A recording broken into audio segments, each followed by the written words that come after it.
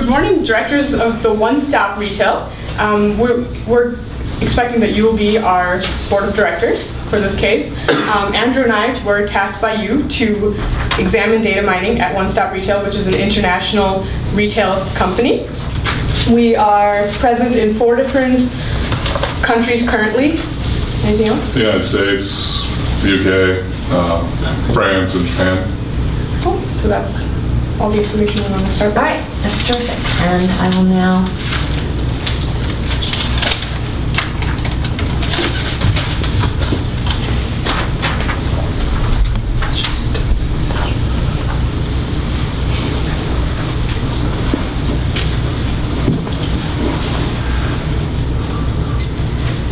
oh dear. Okay. All judges are struggling with timers, and students too. Being good with electronics was not a prerequisite. Everybody's been struggling with them. Even the students are really struggling. So, You need to have simple iPhone timers.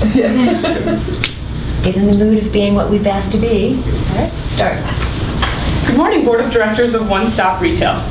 Thank you for inviting Andrew and myself to talk to you about data mining at One Stop and its ethical implications. This is just a review of what we've talked about yesterday at our preliminary board meeting, and today we're going to talk to you about specifically the ethical implications of data mining and provide you with a set of recommendations of how One Stop can engage in data mining. Yesterday we talked to you about the business case for data mining. We know that of all of our customers that shop at One Stop, they spend 20 to 40 minutes at our stores, but only 20% of our customers end up buying something. What does this mean? It means that we don't really understand the needs of our customers, we're unclear of what they're looking for, and are unable to get all of our customers to make a purchase. And that's where data mining comes in. We need to, what is data mining? Data mining is collecting customer information so we can understand customer buying trends and buying preferences. At One Stop, according to you can see on our handout, our mission statement is to provide the best retail experience for all customers under one roof. And how can we do this? We can do this by understanding what our customers are looking for and providing more personalized experiences for our customers.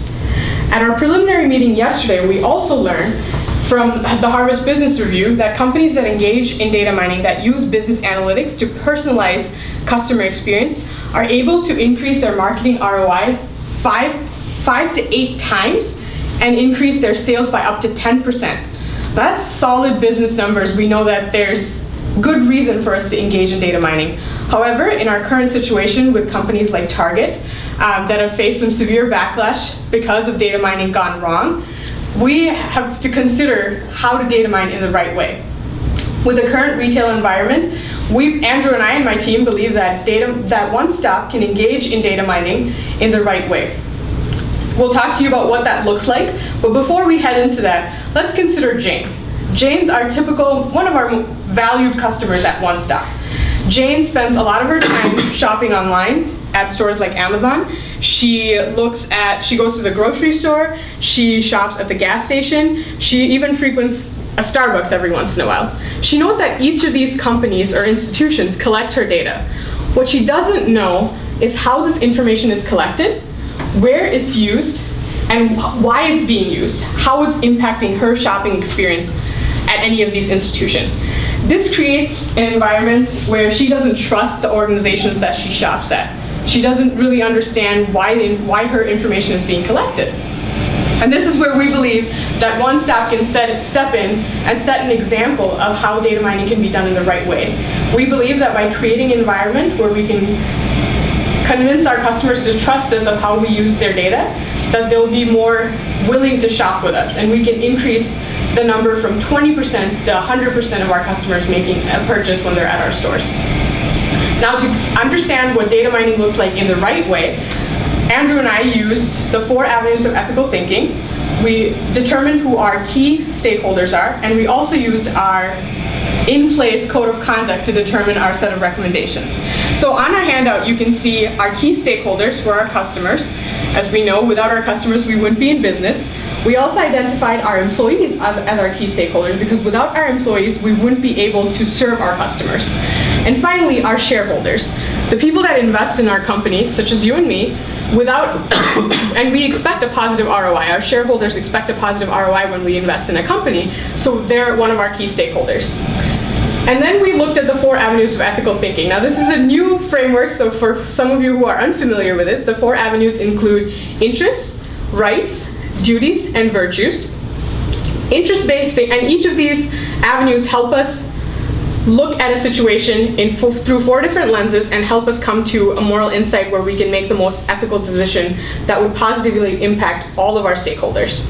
So under interest, we looked at how do we maximize satisfaction for all of our stakeholders, not just one, not just our customers or just our shareholders, but we made sure that we give a positive experience for all of our shareholders. Under rights, we looked at how do we treat each of our shareholders equally and fairly, and made sure that we weren't violating any of their rights by making a decision that would negatively impact them. Under duties, as a company, we looked at what are our responsibilities and our loyalties towards our stakeholders. What do we have to do as a company to make sure that we provide the best experience for each of our stakeholders? And finally, under virtues, we looked at what culture does our company want to represent? What values do we want to be known for in the retail environment? By looking at these 4 avenues of ethical thinking, and then considering our code of conduct. Our code of conduct has already been in place of what we want to do as a company in the retail environment. Our first component of the code of conduct is to provide the best customer experience. Now, this ties back with our mission statement of providing the best retail experience for all customers under one roof. How do we make sure that we provide the best experience for our customers? How do we collect that data and use it to impact their shopping experience at a store? Our second component was to respect customer privacy. And we've known with the Target issues, customers are really uncomfortable with sharing their private information because they don't know who's using it or who has access to it. So we want to make sure that they understand that we're very respectful of their information. And finally, our third component is to be transparent. A lot of us look at terms of agreement, we're not sure what they mean, but we still click agree. We want to make sure that we're transparent with our customers, that they understand why we're collecting their data and how we're using it.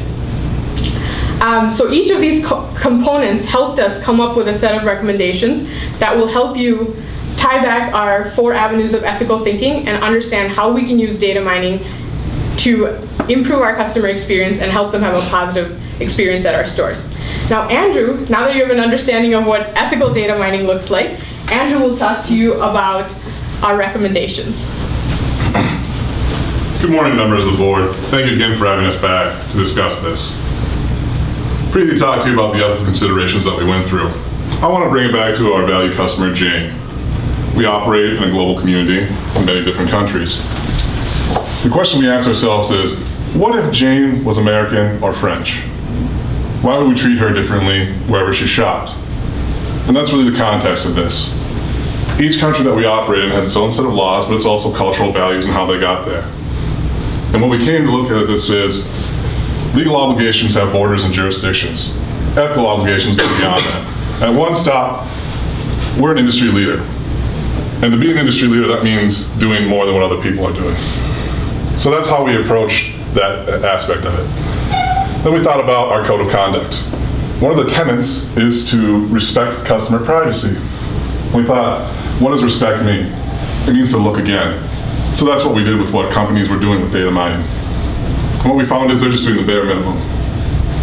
They're doing what they can do. And that's not what One Stop wants to do. That's not what we should want to do. We want to set an example. Now, what does this look like? The first is how we implement this would be a PR campaign. We would go through and educate our customers. Not just advertising, but to give them an idea of what data mining is, what information we're collecting, and how we're going to collect it. That we collect generic trending information, just so it's not personally identifiable. But tell them that it's either through point of sale, it's through our internet website if they sign up for an account, or it's through a mobile app if they download it. This way, there's transparency, linking back into our code of conduct. And so people can get what they deserve most, dignity. Because Jane and other valued customers are members of a community, and we're members of that community too. This would then provide a clear understanding of what people are getting into. The second component of our recommendation would be an opt-in, which means that we get consent or permission. This way we get good, clean data, but again, it's a welcoming atmosphere, and it's giving people what they deserve, dignity. They have an upfront message of what they're going through. They get in plain language what types of information and where we're going to collect it from. Finally, we understand that we both have interests. We want as much information as possible, but we need to balance that dignity. So that's why our third recommendation is a review board, both internal members and external. External being members from those different communities to voice their concerns, but also consumer advocacy groups. And then, on the internal side, a chief ethics officer, so we know what we're doing, but then also an advocate for our company. And IT representatives, so we know what practices we're doing, but also to be staying on different security requirements. Because again, it balances back to shareholders, making sure that they get a good investment, a return on investment, but also a voice at the table. But it's not the only voice, because we're a member of a community. Now, we're an industry leader, and because of that, we need to remember one thing. We can either give the world an example, or be made one. Thank you.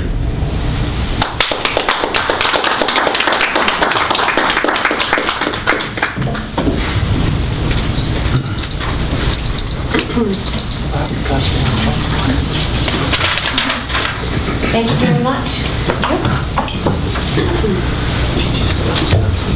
And I explained I'm giving feedback at the end, right?